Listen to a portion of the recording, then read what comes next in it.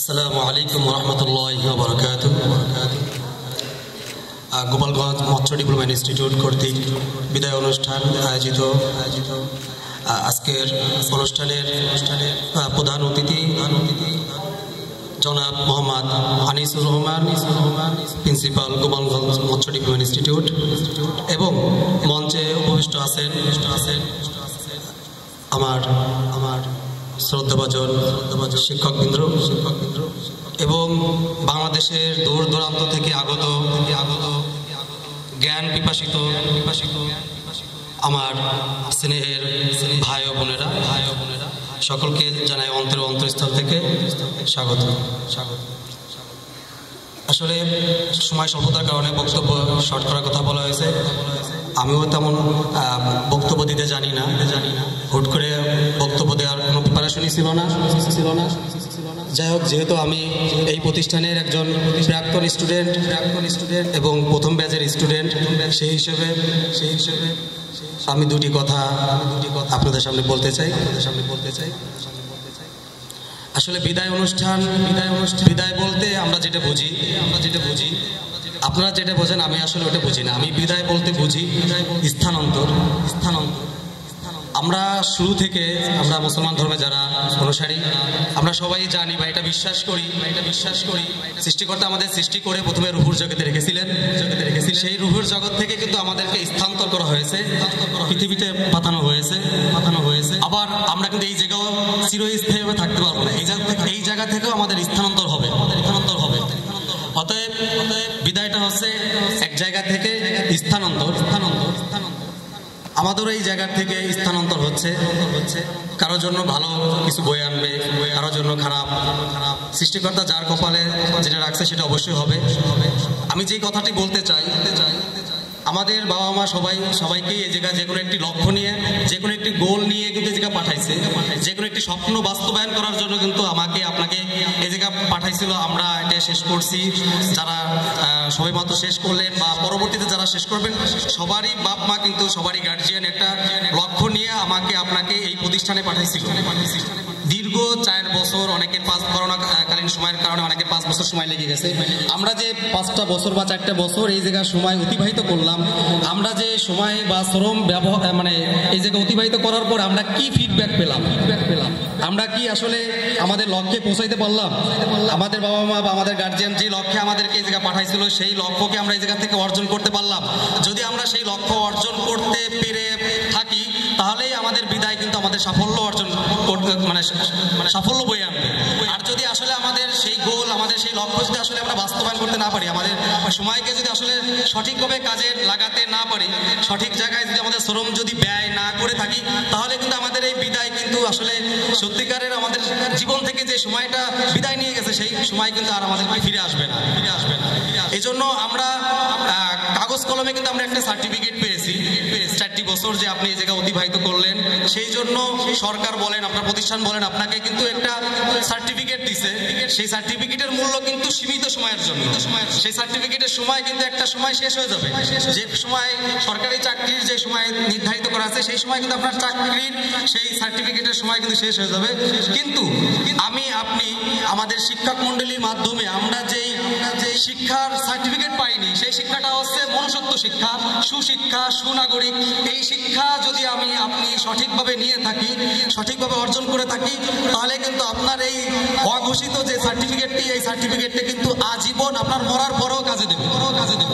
এই জন্য আমার ভিতর, আপনার ভিতর, সকলের ভিতরে এই শিক্ষাটা কিন্তু অতীব জরুরি।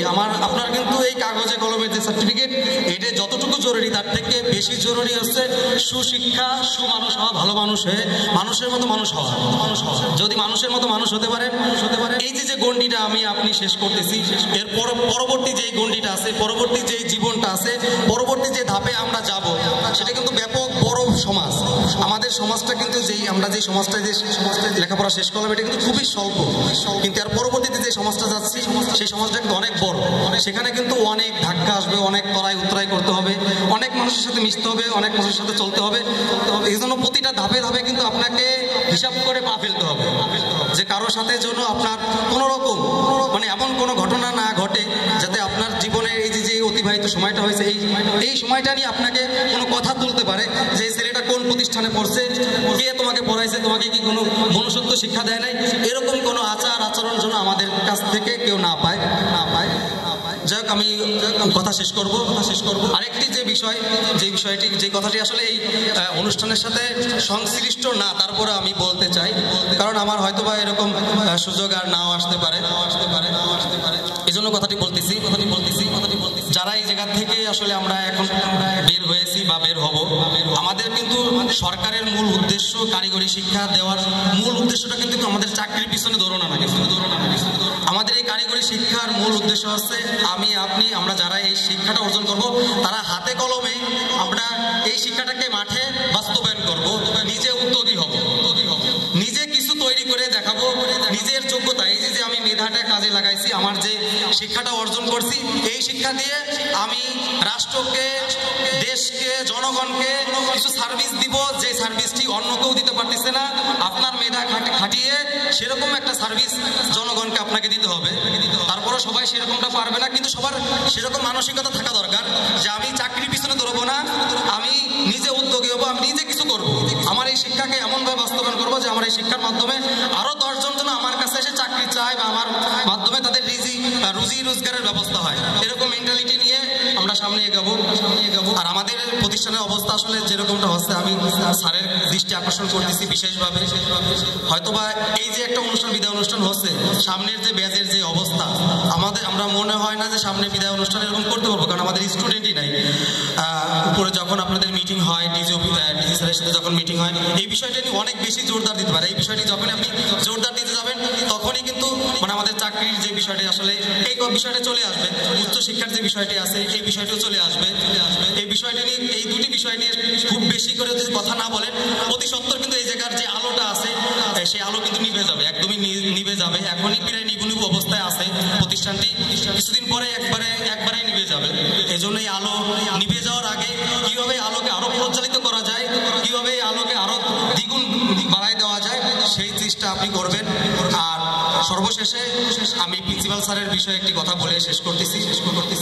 আমি যেহেতু এই প্রতিষ্ঠানের শুরু থেকেই আসি, শুরুর ব্যাস, আমি অনেক কিছু এই প্রতিষ্ঠানে ফেস করছি।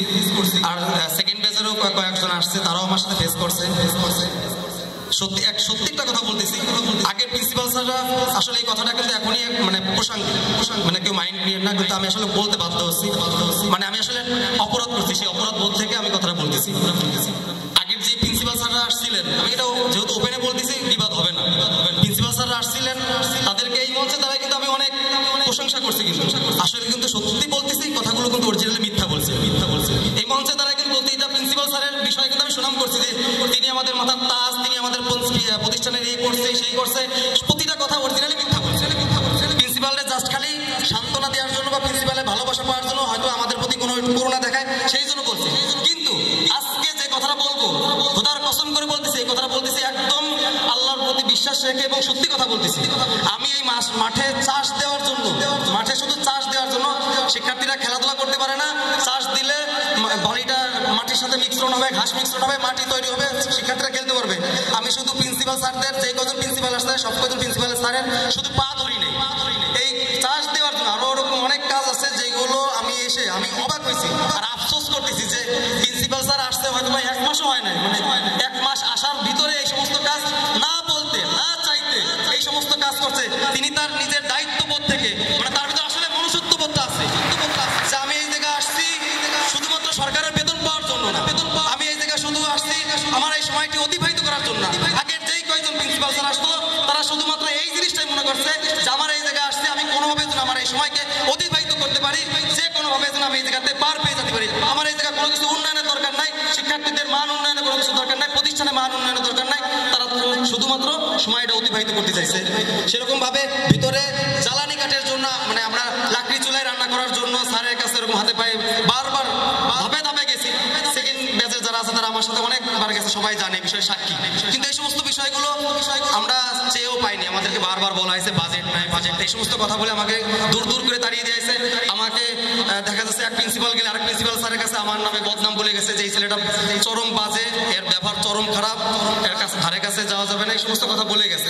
আমি বারবার চাইতাম বলে, যাই হোক এই সমস্ত বিষয়গুলো প্রিন্সিপাল স্যার আশা মাত্র না দায়িত্ববোধের জায়গা থেকে করেছে। এজন্য স্যারের জন্য অন্তরের অন্তর থেকে আমি সাধুবাদ জানাই এবং স্যারের জন্য আসলে সত্যিকারে মানে সৃষ্টিকর্তার কাছে দোয়া করি, স্যার যে জায়গায় যায় সেই জায়গায় যেন এরকম অনেক যেন ওনার এই আলোটা ছড়াই দিতে পারে। আর আমি দোয়া করি স্যারের কাছে, বিশেষ করে হাত জোর করে আমি দোয়া মানে অনুরোধ করবো, স্যার আপনি শুনতে পারতেছি যে আপনি হয়তো চলে যাবেন খুব তাড়াতাড়ি, আপনার হয়তো পদোন্নতি হয়ে যাবে। আমি চাই আপনি আরেকটু মানে যতটুকু করেছেন আরেকটু সাজিয়ে দিয়ে প্রতিষ্ঠানে যেন আর কারো যেন হাত দেওয়া না লাগে, সংস্কার বলে যেন আর কারো হাত না দেওয়া লাগে। আপনি ততটুকু কাজ এই প্রতিষ্ঠানের জন্য করে যাবেন যেন আর কোন প্রিন্সিপাল স্যারের কাছে যে যেন আমাদের শিক্ষার্থীদের যেন পা ধরতে যাওয়া না লাগে, এরকম কোনো কাজ আপনি দেখে যাবেন না, আপনার কাছে বিশেষভাবে এটি অনুরোধ থাকলো। এবং এই বলে আমি আমার সংক্ষিপ্ত বক্তব্য শেষ করতেছি। সকলের উত্তরোত্তর দোয়া কামনা করে আমি আমার বক্তব্য এখানে শেষ করতেছি। সবাই ভালো থাকবেন। খুদা হাফেজ। আসসালামু আলাইকুম।